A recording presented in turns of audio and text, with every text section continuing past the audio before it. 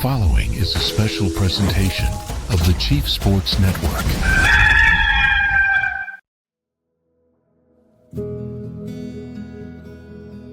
If you followed Gamecock football or grew up in the 1990s, you can forever reference that era with one player in mind, quarterback Steve Tanneyhill. Born on July 21, 1973 in Altoona, Pennsylvania, Steve became a star quarterback and committed to play his football at the University of South Carolina from 1992 until 1995.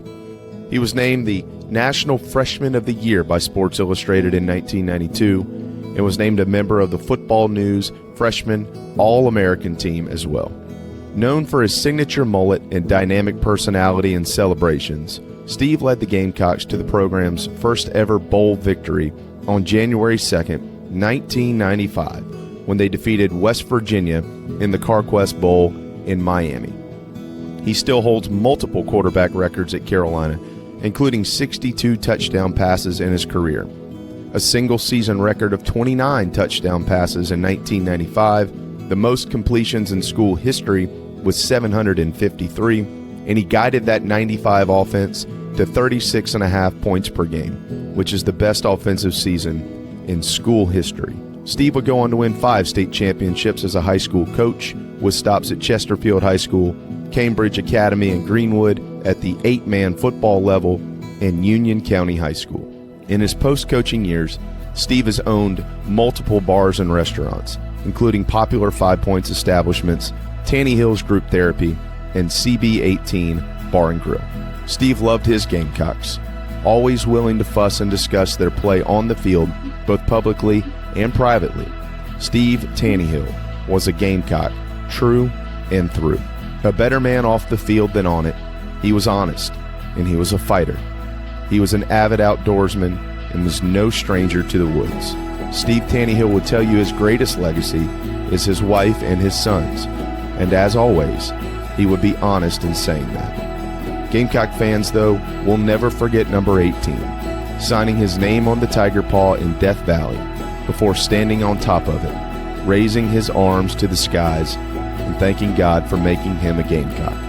That's a legacy, too. Rest in peace, Steve Tanneyhill. Thank you for being you. Greetings and good morning. Welcome aboard and welcome home. It is a Steve Tanneyhill special here, part of the Chief Sports Network, with our friend Bill Gunter of 107.5 The Game. The great quarterback passing away just a couple of days ago, a guy who left a legacy at the University of South Carolina, both on the field and off the field. So we're going to spend the next hour looking back on some of the things that made Steve who he was and why he was so influential in our community and our state with football and without football. Patrick Davis will join us later on in the show for a very special performance that he is dedicating to Steve Tanneyhill as well. And we've got a couple of special things to show you here. Maybe you haven't seen some before. Maybe you have. Bill Gunter is in. Bill, of course, longtime host of the early game, but now he gets to sleep in. So he's coming on at noon every day. And Bill, you and I get the opportunity to join you on Monday on your program every Monday. And this obviously was one of our main talking points, and it's been one of your main talking points the last couple of days as well. And glad to have you, first of all, my friend. Really appreciate this. This was Bill's idea, and we said, yeah, let's do it. But, Bill, you brought up an interesting point the other day, and I said something very similar on my show. It means more to our generation because this was our guy. When we were kids or, and becoming teenagers and things like that, this was our guy. I mean, the 80s had their guys, the 70s had their guys, the 2000s and so on. But in the night, if you were a 90s kid around Carolina football, Steve Tanneyhill was your guy, and he's going to be sorely and sadly missed. Yeah, I'm 43, and congratulations to you. Happy birthday. You just turned 40 last week. Mm-hmm. I'm sure they did a big presentation on the show for you, complete with cake and all that. But Yeah, I like, kind of like I said to you on Monday during our time on the radio, with Steve, I remember Sterling Sharp. I remember Robert Brooks. I remember Todd Ellis, but I don't remember them. I remember them through highlights. Um, Steve's the first player that I remember playing that I can talk about being at the Mississippi State game when he made his debut and we knocked off a ranked Mississippi State team. I remember being at the Tennessee game on Halloween. I still remember it vividly. I remember what I was wearing for that game. I'd had a soccer game that morning and was still wearing my soccer kit from a club soccer game. I remember where I was watching it at a friend of my dad's house, watching the Carolina Clemson game. I remember the next year where I was at for Bennett Over the Top in Athens. Yeah. Um, there's so many memories from me that are the start of what I would say was my South Carolina football experience. And like I said, I remember Sterling and I remember Robert. And I remember Todd. Those were three of my favorites. I remember Harold Green. But for me being at that time, 10 years old, and to see this kind of wild and crazy out of state guy, he was the first guy I learned about in recruiting. At old Fort Phil Kornblut would do his recruiting shows, and you hear him, Altoona. Where the hell is Altoona, Pennsylvania? Okay, this guy's supposed to be good. All right, and I remember my dad being excited when we landed to him.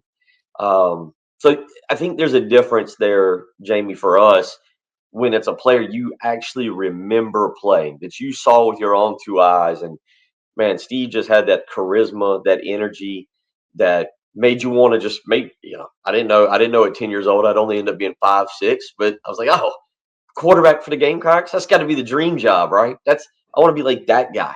And it was really cool to grow up watching Steve. It was unfortunate his seasons. One of them was successful, the other three were not, but I think it speaks volumes to the phrase that I hear coaches say, when you decide your school, you make a 40-year decision, not a Yeah. 4-year decision. And because he was embraced by this community and was loved by this community, that's why we're doing this today, because he deserves to be remembered in the proper light and to be honored for his accomplishments, something that I don't know if the university's ever truly done. Well, and also, I would add to that and say this. There's Bill, in 1992 is when South Carolina, of course, entered the SEC, and so that's been a while ago. And since then, there's a bunch of fans who weren't around then, and that's okay. That's all right. There's a lot of people who kind of showed up when Steve Spurrier showed up at South Carolina. It became cool to be a Gamecock fan when Steve Spurrier got here and was successful. But in 1992, it wasn't that cool to be a Gamecock fan outside of being a Gamecock fan, if you remember. I mean, they were entering the SEC.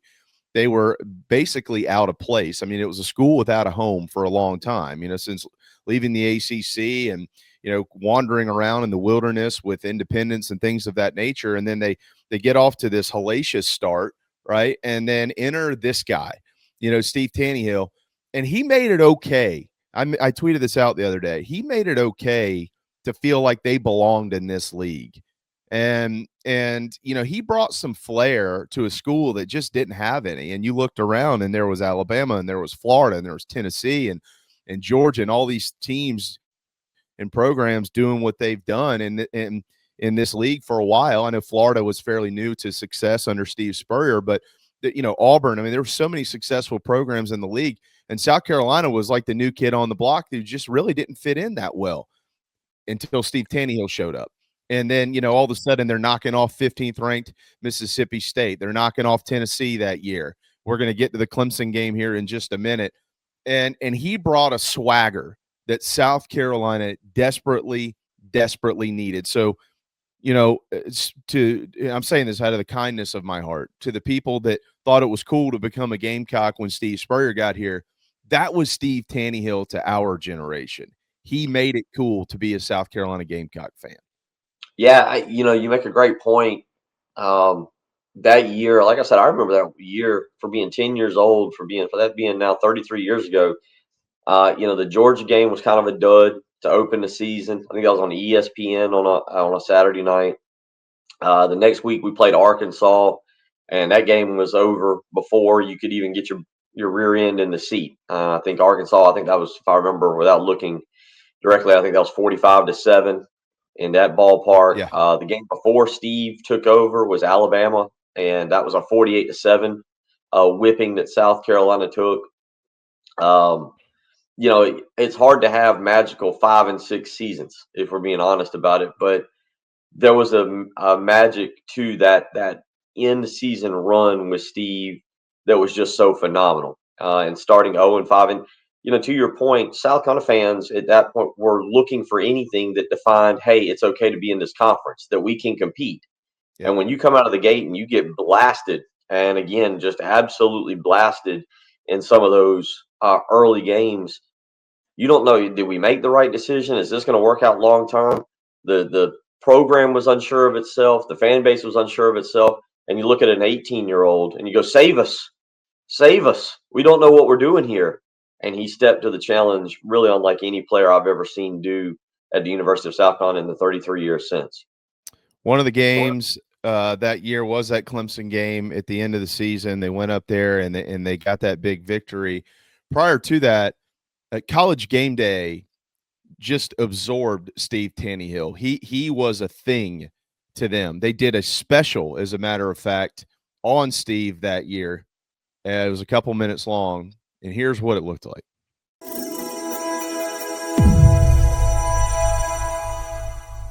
But it's just part of my personality. What is your trademark? A lot of emotion, winning. Emotion seen in his first ever start when the team was 0-5. He comes in the huddle and he's screaming and yelling, like, let's go, we got to do this, and, we can move the ball on these people and things like that. That let me know he's real excited. And, you can just see it in his eyes that, he loves playing the game. The biggest thing is it's hard to get him off the field after we score or something. Before the season's over, we're going to have a penalty, I guarantee it. He does probably what we all wish we would do, and probably are just a little too stick in the mud thought too, I guess. Say what? A far-out freshman winning over the establishment? People I thought they would never would come around to Taneyhill now, man, they're around on his side 100%. I'm talking about people that you think would be so conservative, but man, they like Taneyhill. My name is Sparky. Most people have an impression of me when they meet me, and so I learned quickly that you get past that. Everyone loves a character and a hero, and he's played that role pretty well. After he does something good, it's just fun to watch what's next. What is he going to do next? Moves that only Taneyhill can predict, like his plan to start as a true freshman. He ordered his license plates over the summer, and through that sorry September, he pestered his coach. And I had always told him, I said, Coach, when I start, we're going to win. I guarantee it. Tanneyhill's the first to say his teammates, the defense, the special teams, have more to do with winning than he does. His statistics are solid, not super, but stats, like looks, can be deceiving. He does see the field. He's very bright, and he makes decisions on the run, and he has a great sense of timing and anticipation. Those are all things that you can't, weigh and measure. Weights and measurements, standards and norms don't explain Taneyhill, whose surprisingly simple essence is defined by a dozen words. Appearance. Doesn't matter. Athletics. Winning. Quarterback. Leadership. Winning. Most important thing. Now, Taneyhill told me he would have gone to Florida State if he'd been guaranteed they wouldn't redshirt him. He wanted a shot right away. And, Craig, he ruled out any school that couldn't live with that long hair and the earring. Well, let me tell you something. I had 5 offensive linemen at SMU. They were also barbers. He would have been a clean-cut human being in our huddle. I guarantee you that. Well, Lee had no rule against long hair. He had a long-hair punter, right? That's right, a hippie punter. Scott Marcus, right. Had an earring. He could kick it. Had a flower in his ear. Everything, yeah.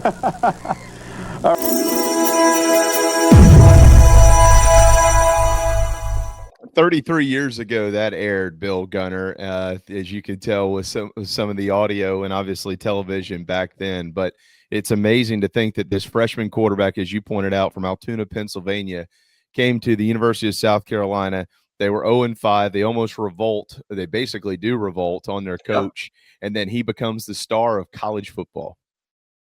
Yeah, again, that's what I'm saying. I don't, Marcus Lattimore, would be a guy that kind of came in and took over. I don't know who else is a freshman. Yeah, and I don't think we realize, and it's different now. You and I both know college football is different now than it was in 1992. And I don't know sometimes if we appreciate the leadership and what the fan base put on and what his coaching staff put on him as an 18-year-old. Now, what we know is that Steve was more than able to handle it. And you've talked about your experiences. I know he would come on your show. And I say that because then as we got to know Steve post-career, we went, oh, I see the swagger. I see why this guy was so likable by his teammates. I see, because he got out into the world. And not only that, he contributed back to the community. He didn't go home to Altoona. He didn't go home to Pennsylvania. He stayed here in this state, and he contributed, whether it was through high school coaching and the development of young men, whether it was having a bar or restaurant or whatever, and contributing to the local town or the community. We've talked about the restaurants he had down in 5 Points. Steve was a different guy, and he'll be missed. There's not many people, many human beings out there like Steve. Take away the football aspect of it, but it's a situation where this is how legends are made. Because again, as I said, if you look at the record, if you look at the overall record of the program during that time, it's not special. There was 3 losing seasons in 4. But man, oh man, there was never a player to me like Steve Tanneyhill at the University of South Carolina. Well, as bad as that record was, you wonder what would have happened to Carolina football without Steve Tanneyhill. Great question. I mean, how far behind they were so far behind at the time. How much further behind would they have been if he wasn't able to step in and save the day for them halfway through 1992? We had a chance to talk to Rob DeBoer yesterday, and Rob told some just incredible stories. I hope people will go back and watch that. It was one of the most unique interviews I've had in 12 years of media. And tomorrow I get a chance to talk to Anthony Wright, who Steve basically brought along to take over that program at the quarterback position. But one of the things that I've learned about him is something that you said, and I learned it firsthand, as we all have. Anybody who got to be friends with Steve Tanneyhill learned quickly that while the swagger followed him around, he played with it and he lived it. He had swag. There's no doubt. Rob actually told the story yesterday that he was once confronted on the sidelines at Williams-Brice Stadium, and they asked, "Where is your field pass?" And he said, "It's right up there. Take a look. That's my name. And if I want to be down here on the field, I think I've got every right to be." And they decided, well, I think we'll let Steve Tanneyhill walk through. But he was also a beautiful, gentle man. I mean, he was a good man. Bill, I have texted him multiple times. I mean, hundreds of times over the years about football, just random things. And the number one, I always got a response. But most importantly, it was always an honest response. And you know this because you've had him on your shows. You've spent time around Steve Tanneyhill. If you ask him a question, you are going to get a very, very honest answer. And generally, and I would say almost every single time, it was the right answer. Yeah. Well, I got family from up north, so I'm used to honesty and truth, right? With whether it's your appearance or whatever it may be. So I was used to that with Steve, and but I enjoyed that because ours was related to football, and Steve was an advocate for this football program in his own unique way, and that would be whether it was on the field play or off the field, and what the university was doing for former players. I didn't know that story. I had not heard that story about the field pass situation, but I know he was very big, and it was a part of a large part of our conversations about what the university could do. Because for those that don't know, Steve, and because it was kind of quiet, I guess, Jamie, or maybe I thought it was more quiet than I realized. But Steve was very big on getting former players back into the program. Yep. His love and pride for this program is probably unmatched by any other former player out there. Like he wanted more than anybody to see this program succeed, and he wanted to see the next. You're going to talk about having Anthony Wright on. He wanted to see the next line of quarterbacks succeed. His time was over, according to him. That was one thing he said one day to me. I've done it. I've been there. And I forget how he worded it, but with you, it just triggered a thought in my memory of, you said, him pointing to the stadium ramps and saying, "My name's up there. That's my field pass."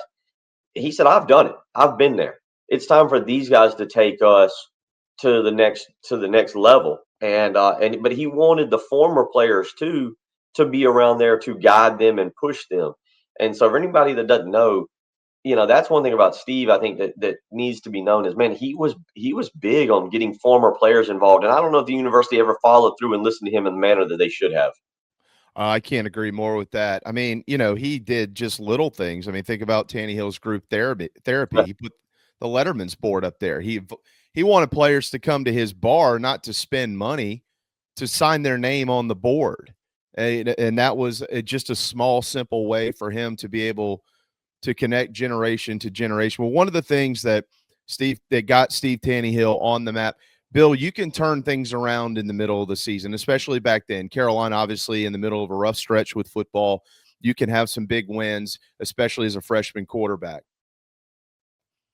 But if you want to cement your legacy at the University of South Carolina, go to Death Valley and beat the Clemson Tigers, especially when they've beaten you 4 years in a row. And they did that in 1992.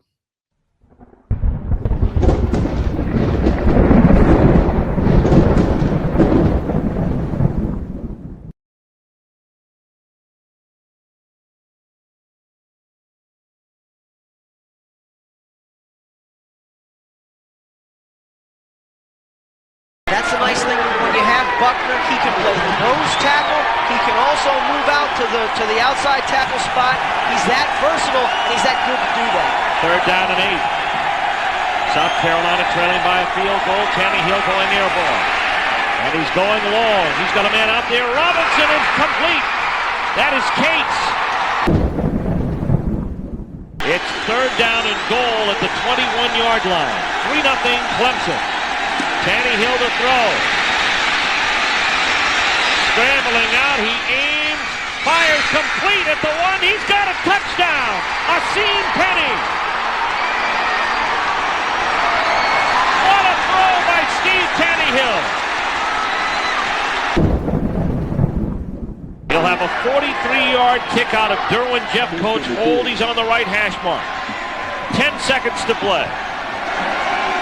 Here it is. And it is good. We've got a tie ball game on this 43-yard kick by Marty Simpson. And then that leaves them with 3rd and short, and they've been making the yards with it. Play action, Taneyhill looking for Cates. Touchdown, South Carolina.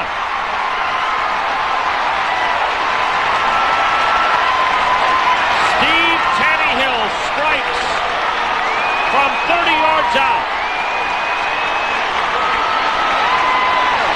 Toby Cates' 3rd touchdown reception of the season. And if you don't think these guys are having fun, the play action pass, the good fake, he sees Cates behind everybody. What set it up? The solid running game we just saw the previous 5 or 6 plays. That gave him the ability. That is a perfect pitch and catch. Perfect throw to Toby Cates.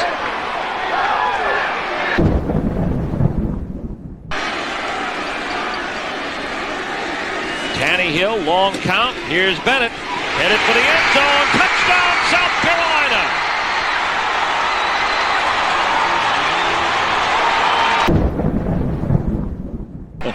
Second down, long yardage, 1 knee again, and this will be it.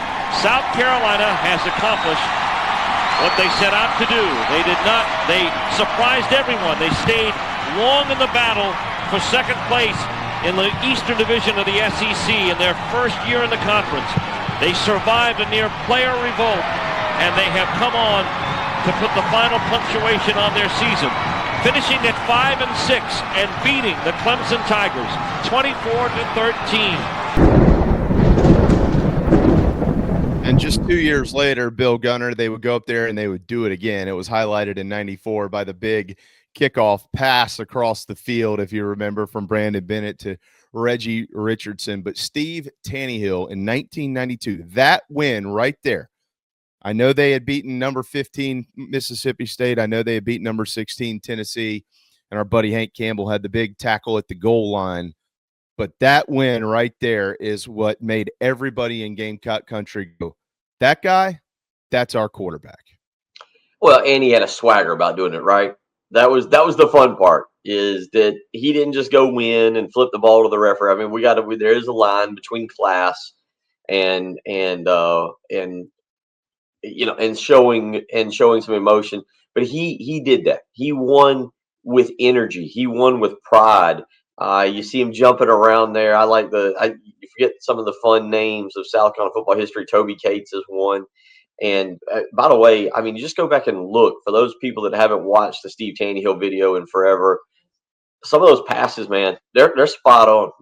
I'll always wonder maybe what Steve Tanneyhill could have done under Steve Spurrier during that time if Spurrier was still running his typical run and shoot Florida type offense, fun and gun. But the truth is that he won with a passion, and you mentioned it that day. It was on full display, and finishing 5-6, kind of again going back, nobody's happy about that. But I remember that year specifically, and the energy and the excitement, Jamie, that was there for everybody. Going, okay, we got our guy. Wait till next year. We're going to get the rest of you that we didn't get this year. Well, I think that the energy that you're talking about, again, yeah, we will always reference the fact that the records just weren't very good. But I mean, also that group of Gamecocks led by this guy, this long-haired, earring-wearing kid from Altoona, Pennsylvania, Bill, they said we can win here. I mean, in 1993, they beat Georgia. Obviously, Brandon Bennett leaps over the top. I mean, there's plenty of games that you can go back on and pick out. The one that means the most personally to me, and this is a show about Steve, it's not about me, but this is just one of those reasons why we connect. My dad died on January 1st, 1995. All of my family was in Miami to watch this team play West Virginia in the bowl game. Keep in mind, Carolina had never won a bowl game, ever. They had never won a bowl game. I mean, 1984 gets referenced, 1987 gets referenced. I mean, they had some good years, but they had never won a bowl game. And they go down there and they win that thing 24-21 over the Mountaineers. And, as a kid, that day after for me connected me even more to Steve Tanneyhill and Gamecock football because of what we were going through as a family with the loss of my father, a huge Gamecock fan, a huge Steve Tanneyhill fan. And the day after they win this thing, and that's what makes college and has made college athletics so great, is being able to attach yourself to your team and then being able to attach yourself to your guy. And once again, that's just another way that Steve Tanneyhill was our guy. Well, that was, he would have one more season after that. But that was certainly a special day down there. Gamecock fans have always been known for the loyalty, but to be at that point 0-8 in bowl games, I mean, just the fact that they'd only played in 8 bowl games. But yeah, to go down there and, as you've pointed out, January 2nd, the day after New Year's, that was a special game. I mean, there's so many. That's kind of the crazy thing. When Steve won, they were special, right? Like, everybody remembers where they were at, I think, for the Tennessee game. I think everybody remembers where they were at for the Clemson game. I think everybody remembers for the Bennett over the top. Maybe you were there at the game. Maybe you were there. You were at a friend's house. Some of y'all people are weighing in about being at the University of South Carolina during that time. And if that's the case, you probably ran into Steve somewhere and got a glimpse of energy and magic all at one time. But yeah, Jamie. I mean, everybody's got a reason to love a particular game, and that's a great reason for you on the game down against West Virginia in Miami. Well, you know what, Bill? Here's the other thing too. We talk about his swagger and we talk about his play on the field. He was very, very funny off the field. The guy can make you laugh in a hurry. He had great jokes. He had a dry sense of humor, but he also had a loud sense of humor. He's one of the few people on the planet that can mix all that into who he was as a person. In 2010, Steve Tanneyhill is a part of a lot of Hall of Fames out there. He's part of the South Carolina Hall of Fame and things like that. But back in 2010, Blair County, which is where Altoona, Pennsylvania is located, inducted him into their Sports Hall of Fame. And he went back, and at the time, he had not been home in 6 years. We have the full acceptance speech, and I started to chop it up. And then I thought to myself, I'm not going to do that. This thing is too good to be cutting out any piece of it. So, Bill, we're going to play his entire speech from the 2010 Blair County Sports Hall of Fame in Pennsylvania, Steve Tanneyhill. He was funny. Don't turn away now. This is really, really special.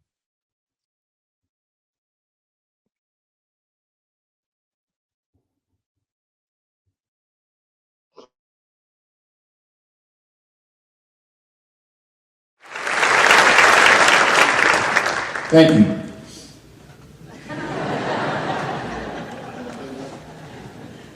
They said 3 minutes, I said 30 seconds. First of all, I'd like to thank my family, my friends, teammates, and coaches.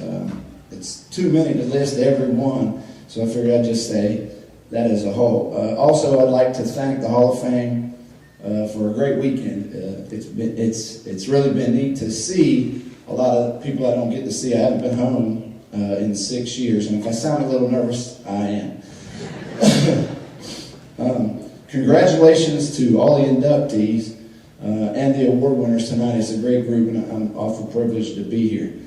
I figured what I would do tonight is tell some stories. What Coach Scott didn't say was I also led, and probably all the kids he ever coached, and times visited his office. And not for the good stuff all the time. And I think that's why they put me last tonight. No one's really sure what I'm going to do when I get up here, me included. And so they wanted everybody to go first to say, Steve, this is what you're supposed to do. Please do it the right way. I'll do my best not to say a swear word. I spoke at Clemson at a coaching convention a few weeks ago, and before I sat down, I was in South Carolina, and before I sat down, Coach Spurrier comes up and said, Coach, the FCA guys are here, so please be careful. I said, Coach, what does that mean? He said, well, no cussing. I said, well, Coach, that's going to be tough. I'm a football coach. It's one of the things we do. So I did my 30-minute speech, and I didn't say one. And the FCA guys come up to me and they asked me to come speak. Now, that's not true. I made that. Growing up here in Altoona, I'm going to tell you two stories, and both stories involve guys that are in the Hall of Fame, probably more than one. We lived up on the hill there past Keith Athletic Field, and I was up there. I think I was in the 5th grade. And I'm up there shooting at the little basket before my dad, try to assert his big-time self and build us a full court. At first, we had a little court. And I was shooting around one day, and here comes a car up the hill. And it looked like an unmarked police car. And even though I was only in 5th grade, I knew how to look for the cops, I promise you. And as soon as it's coming, I'm thinking to myself, what have I done here lately? And I'm running it through my head, and my mom wasn't there, but my dad was there, and I'm thinking, this cop's going to get out. My dad's going to see this. I'm in deep trouble. Well, here comes the car, and out jumps Dougie West.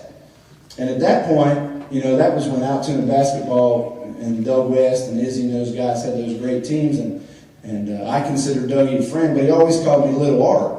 Hey, Little Art. So here he comes over there, and he says, hey, Little Art, how you doing? And I'm like, hey, Dougie.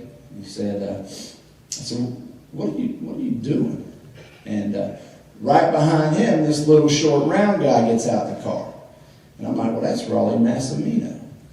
And so Dougie goes on into the house, and I'm still unsure what's going on. I have no idea. I thought it was a cop. I'm scared.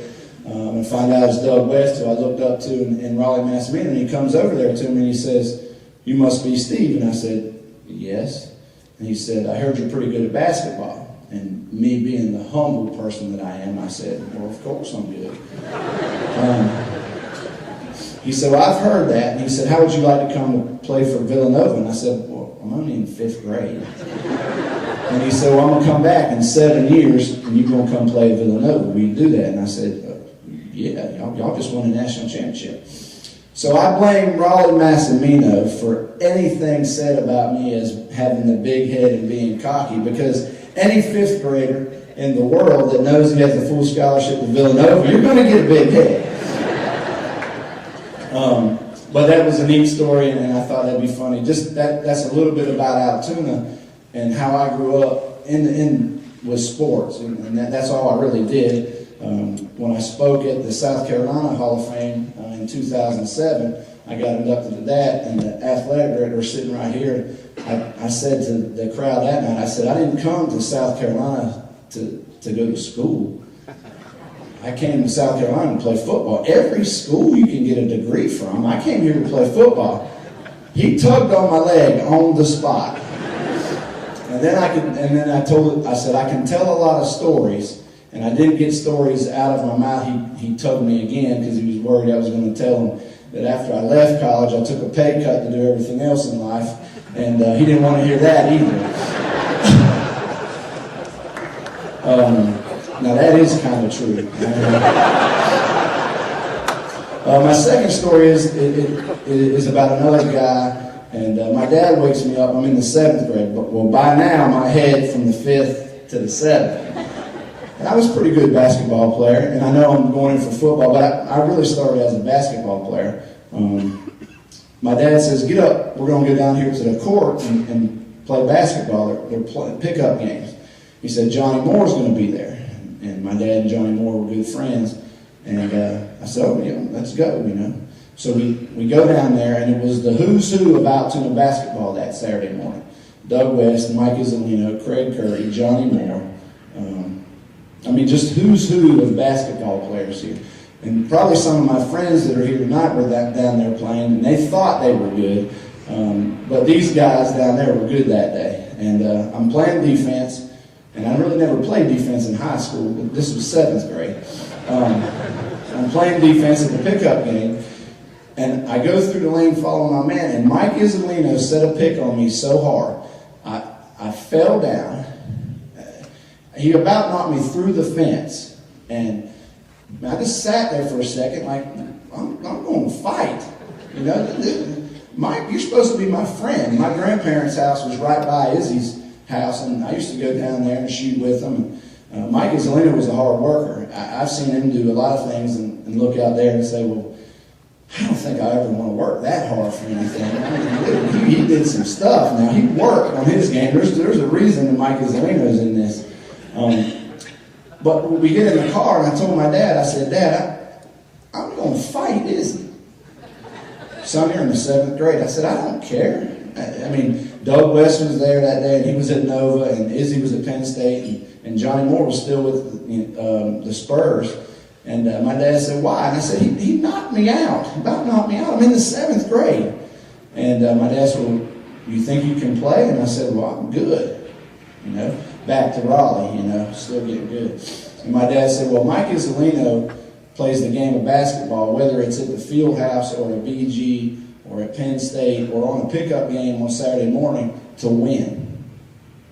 And I said, to win, huh? And he said, that's what you've got to learn. You know, everything is about winning. And that taught me a lesson, but it's from Altoona that you learn all these lessons to make you better. It has me, and I've heard these other people say it's the same thing, to make you better in life. And now I am a coach. I never really thought I'd be a coach. It wasn't one thing I set out to do, but, you know, I'm a pretty good coach. My teams have won a few state championships, and, you know, the 84 team is here tonight, and I was 11 when they were playing, but I remember the 84 BG team. They were good, and I think it was Lisa Leitner's headband. I remember that, and Lisa, I was only 11, but I still remember that headband. And those are my two stories, and I don't have much more. They kind of tease you in the back. You get here early and they feed you a couple alcoholic drinks. So if the kids are here, just close your ears. And then you get 2 or 3 back there and they bring you out here and all of a sudden they just hand you water. Well, in South Carolina, we had mini bottles. If I would have known this was the process,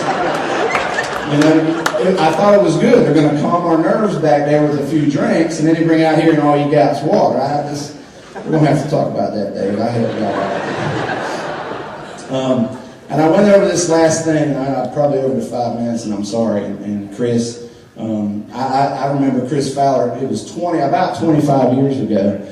He was here with Scholastic Sports America, filming our Rotary tournament. You remember how big the girls' tournament here was? And I told Chris earlier, I said, that sign that said ESPN, he said, everywhere we went back those days, we've always lost those signs. I said, well, I know what one was. And Jeff Lane, who I know Jeff's here, Jeff played at my house in our garage. We had it sunk with that ESPN sign on the wall. I don't know what my parents have done with it since they moved, but Chris, we'll get to you in a second. I got one more thing. I talked this over with our coach today, and that would be my mother. I said, tell me if you think I should say this. I don't want to sound out of line here, and I'm going to give you 5 minutes. But I've been a head coach 10 years, and my teams have won 5 state championships.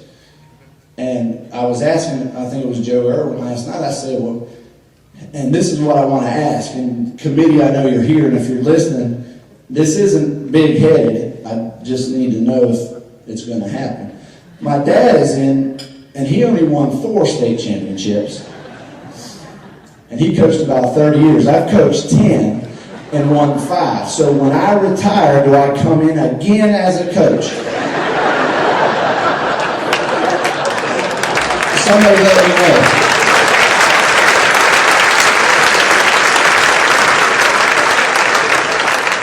And Chris, don't take all night. We got somewhere to be. Thank you very much. I'm honored to be here.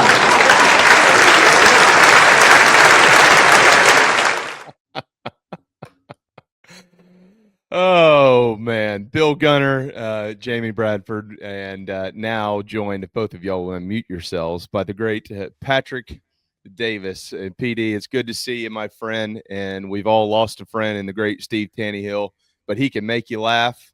He can make you laugh like anybody could if you just gave him a chance to. That's funny. I've never seen that before. Yeah. Yeah. Good. Was that from up in Pennsylvania? In Altoona. Yeah. 15 years ago. Oh, bless his heart. How you doing, Will? Good to see you, buddy. Good to see you, Jay. Well, yeah. Well, good morning, guys. I mean, yeah, sad for all the Gamecocks past few days when we heard the news. Man, I'm guessing you guys have been talking about this, but way too early. So, yeah, Bill and I obviously have shared some of our stories, and we've talked a lot about Steve as the player, and certainly about Steve as the person. You've known Steve Tanneyhill for a long, long time, PD. I mean, he was your guy in the 90s, just like he was our guy in the 90s. But then, you get into your career, you're one of the best songwriters in the country. You are, in my opinion, one of the best voices around. But as your career, I want to ask you, this is about Steve, but I think this would give a great description of him. As your career escalated and you found where you wanted to be, your niche, Steve Tanneyhill was always there, man, up on stage and offering advice. What has Steve Tanneyhill been to you as you have created who you are? Well, Taneyhill, man, I mean, you're absolutely right. Any kid that grew up in South Carolina in the 90s, I didn't have a mullet hat, but I definitely, I felt like I love Steve Tanneyhill. Everybody did. I mean, he was our guy. And I wrote a little thing on Instagram the other day. I wrote this very long piece, and then I was like, it's too much. I was like, let me just condense it down to very simple. In 1992, I think I was a sophomore in high school, freshman or sophomore in high school, and I talked my parents into letting me go to Clemson for the weekend as a sophomore in high school with my older buddies in high school, and we went to Clemson and we watched that game. I was on the hill when that happened, and that was just like it's stuck in my head forever. It's going to be the forever. And what was so fun was 20 years later, or something like that. I wrote Big Old Cock, and that made it to where all of the former Gamecocks, especially the ones that were mentioned in the song, I became their buddies. I didn't really know Taneyhill. I think I'd met Taneyhill, with the Hootie Guys or something over the years. But once he was immortalized, so to speak, in that song, he was in every show that he could be at, and he was in Columbia a bunch when I'd be there, and he'd get on stage and he wouldn't sing. He would just every time that part of the song would come around, he'd point to he'd turn around and point to, he didn't have his jersey on, but he'd show where his name would be. And he was just really sweet, and we would text every now and then. And I felt bad because we just did a Toys for Tots show, and I always would get a text from Steve, right around that, because he would always come out for that. And I didn't get a text this year, and I didn't think anything of it because I know he's a busy man. So I just kind of let it be, and I didn't realize what was going on. We had texted last year and texted this year about other things, but I just didn't know that it was, that dire of circumstance. So it's really heartbreaking. And it made me feel validated is the wrong word, but it definitely, I've always said that writing the songs for the Gamecocks, growing up, being a kid of listening to Bob Fulton and, cheering for whether it be Sparky Woods or Eddie Fogler, back, all the different sports, it was awesome to become a part of the community. And part of that, what makes it so special is that I get to hang out with, whether it be Corey Miller, whether it be Sterling Sharp, whether it be Steve Tanneyhill, Brewer, all these guys that I became friends with because, maybe I would have been friends with them anyway because of music, but this definitely helps. And Taneyhill was always just such a sweetheart. And yeah, my little 15-year-old self was always pinching myself when I got to hang out with him and, have a cocktail or just sit around and, shoot the shit. Real quick. So was Steve a music guru? Was he a music? He was a music guy. I don't know about a guru, but he definitely was. Yeah. Yeah, because Jamie says he would give you advice. What was the greatest music advice you? Because that is Steve. Steve's got an opinion on everything. Y'all both know this, and Jamie, you alluded to it earlier in the program. He was very opinionated about Gamecock football and things. So, do you have a particular piece of advice where he was like, "Hey, Patrick, you really ought to put these notes here and these notes here"? This is not, He was probably like, hey, you should sing that verse with me in it, or that chorus with me in it again. Every song should be about me. That was basically Steve. He really was just, he was always, and especially if you told him, the Toys for Tots show is something that is very special to me. And I think it brings a lot of joy to my family and to my Midnight Choir and all of us. And I hope that the people in attendance, and the fact that it was Toys for Tots show, Steve was always going to be there if he could be there. He was going to be, like, anything that was charity related. I'm sure, like everybody else, we all have our, things that aren't perfect, but Steve, when it came to something, if he could give back and it was also Gamecock related, he was going to be there every time. That's one of the things I learned about him, how selfless he was. And, he's battled cancer for about 4 years. We had him on just before the Coastal game this year to talk about the offense, of course. And some folks started asking questions about what's going on with Steve. And Steve, right there on our broadcast, said, yeah, I'm reading all kinds of rumors about me. I was dead in a car wreck and I've got cancer. None of this stuff is true. He really buried it the best he could. He didn't want anybody to know. He didn't want to hear people say, hey, I'm sorry to hear about. He didn't want that stuff. He was like Norm Macdonald in that, he wanted to, and that's, it's their battle. So, however they'd like to, take it on. And we had texted and I knew something was going on. This is just basic tech. He moved. He said, hey, I'm back up in, I guess in the upstate area. I'm not down as much as I had been. And I just assumed that meant like family and things like that. I wasn't really trying to pry too much, and yeah, we would text when there was a big Gamecock this year. We didn't text a lot. There weren't a lot of big Gamecock victories, but we would text for things like that. And just music wise, he wasn't ever he wasn't giving me advice on what I should play necessarily. He was just like, maybe he was saying things like, what would really make Darius bigger, and be like, what? He'd be like, if you just do a duet with Steve Tanneyhill, that's the type of stuff. That's the type of stuff. Steve that would be kind of a Steve thing. Yeah, man, Gamecock Nation. I know it's there's a Mount Rushmore. I almost said this. When it comes to Gamecocks, and it's not just based on stats or anything. It's just the way that those. I think that sports is so important, and I think every team, every fandom or group of fans feels this. We all have these people that are our Mount Rushmore, and it makes us feel a part of something. It makes us have community. It makes us want to believe, and especially when you're a kid, and things are down, and you can always depend on Saturdays. You could watch this long-haired kid from Altoona, Pennsylvania go out and make the Gamecocks proud. And I feel like that's there's George Rogers, there's Taneyhill. I don't know who the other two guys are. I'm not sure who they would be, but I can guarantee you that Taneyhill and George are on that. And I think that every one of us, when we heard that news, I got a text message from Corey Miller that morning, and Corey said, "Hey man, Taneyhill passed away," and I was like, it hit me in a different way, because it was not just something that brought me back to being a kid. It also hit me because it's a family member.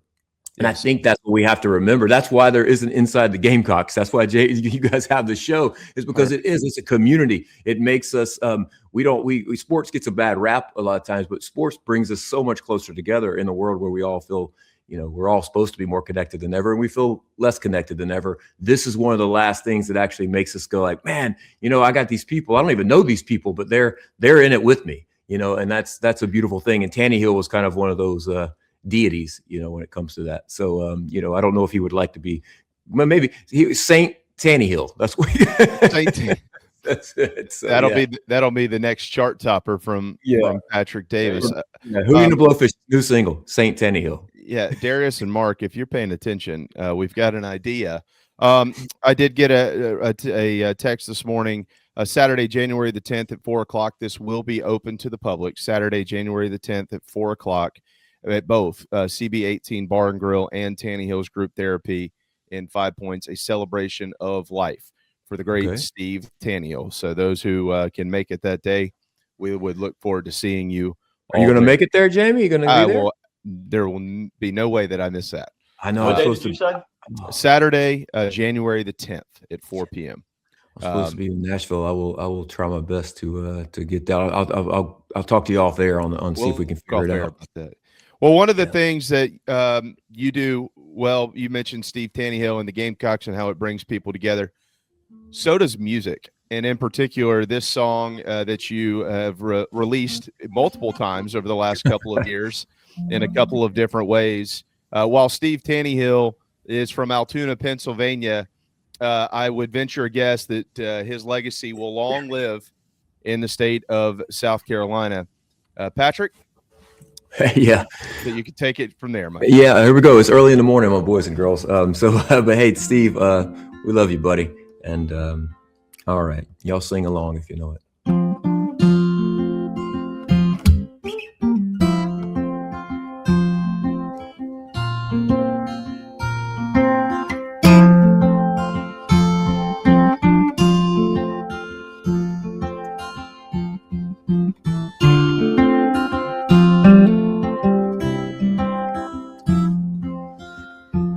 Well, I've rambled all around this world, seen the northern lights. I have drank with kings and queens and senoritas of the night.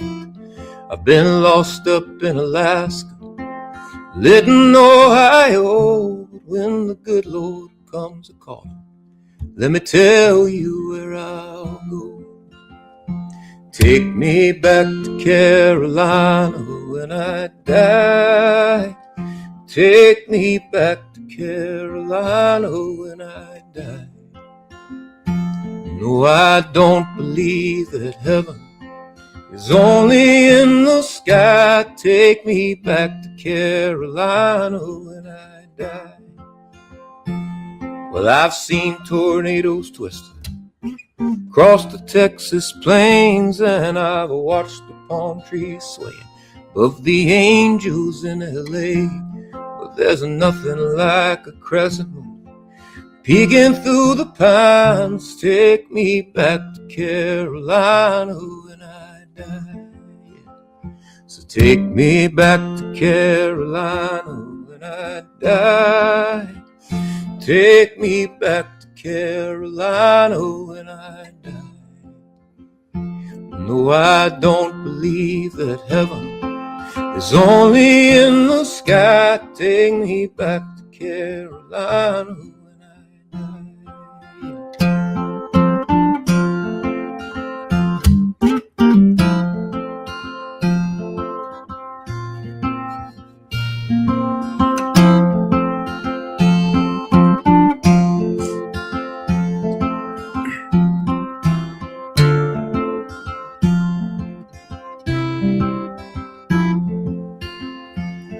Well, I hear there are golden streets, mansions in the air, and my friends and my family and my dogs will all be there.